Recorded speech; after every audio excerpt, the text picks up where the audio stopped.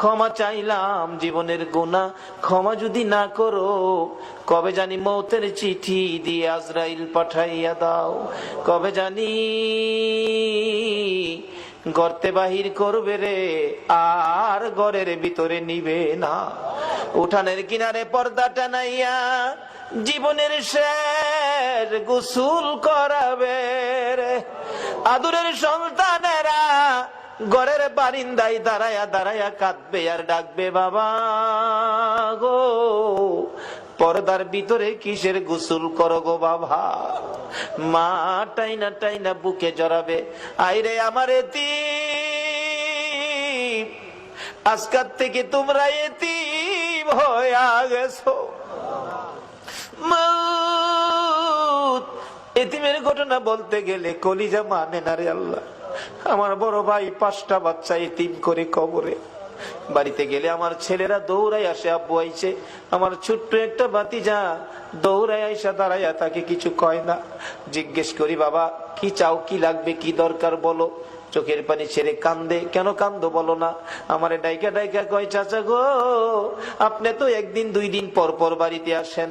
চাচা আমরা আব্বা কই গো, চাচা আমরা আব্বা কি আর জীবনে বাড়িতে আসবে না। এইভাবে কবে জানি কার সন্তানেরা এতিম হইয়া যায়, কবে জানি কার বিছানা খালি হইয়া যায়। ওই দিন আসার আগে তোমার ঘর মসজিদের পক্ষ থেকে আয়োজিত মাহফিলে আমরা যারা হাত বাড়াইছি গো, ফিরাইও না ঘুরাইও না, আমরা তুমি মাফ করে দাও। আল্লাহ জীবনের গুনাহ মাফের আসার দরখাস্তের পর আরেকটা দরখাস্ত করি, তুমি কিন্তু রাগ হইও না। আমি জানি না হাজার হাজার মানুষ এত রাত পর্যন্ত বসে হাত বাড়াইছে, টাকা চাইলে লোকেরা জায়গা, আজকে লোকগুলো গেল না, বসে রইলো। আমি জানি না রে কার মনে জানি কি দুঃখের পাহাড়, কার মনে জানি ব্যথা। হুজুর আমরার মা নাই গো, মা নাই। কার মনে জানি ব্যথা, বাবা নাই গো, বাবা নাই। যেই বাবা মাথার গাম পাতাই ফালাইয়া রোজগার করে মানুষ করেছে গো, যেই বাবা জমি জামা সই সম্পদ জুড়াইয়া আজকে বাবা দুনিয়ায় নাই। হুজুর বাবা কত আদর করতো গো, শেষ বয়সেও বাবা বাজারে গেলে জগ ভর্তি দুধ কিনতো, 2 কান্দা 3 কান্দা কলা লইতো, আমের সিজনে 15 কেজি 20 কেজি আম লইতো। বাবা হাঁটতে পারে না, তারপরও দুধ কিনা আম কিনা কলা কিনা বন্ধ করে না। লোকেরা জিগাই, বুড়া বয়সে এই পূজা কার জন্য বইতাছো, নিজের জান চলে না কেন এইগুলি লইছো। বাবা একটা চোখের পানি ছেড়ে দিয়ে চিৎকার মারছে, বন্ধুরা রে কার জন্য লইছি শুনো রে, আমার আদরের ছেলে মেয়েগুলো দুধ আর কলা ছাড়া ভাত খায় না রে। দুধ কলা যেই বাবা খাওয়াইতো এই বাবা কার জানি খবরে রে আল্লাহ। ওই মা জানি কার খবরে গো। মার কুলে তাইকা মার কুলে কত পসরা পায়খানা করছি, অন্য মহিলারা নাকে কাপড় দিত, তোমার আমার মা জীবনে কোনদিন নাকে কাপড় দেয় নাই।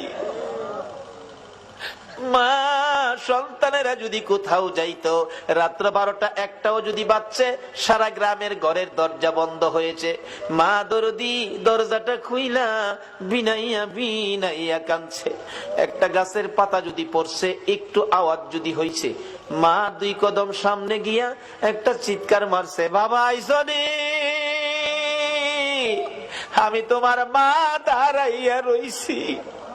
বাবারে বাড়ির দিকে তাকাইয়া দেখো, এই দরজা জানি কার বন্ধ হইয়া গেছে।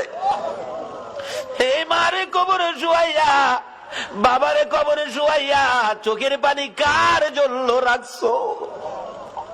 মাউদ্রে মায়ের অভাবী ছেলেরা কি করে, এতদিন তো শুধু বলতাম, এখন তো নিজেও মার অভাবী।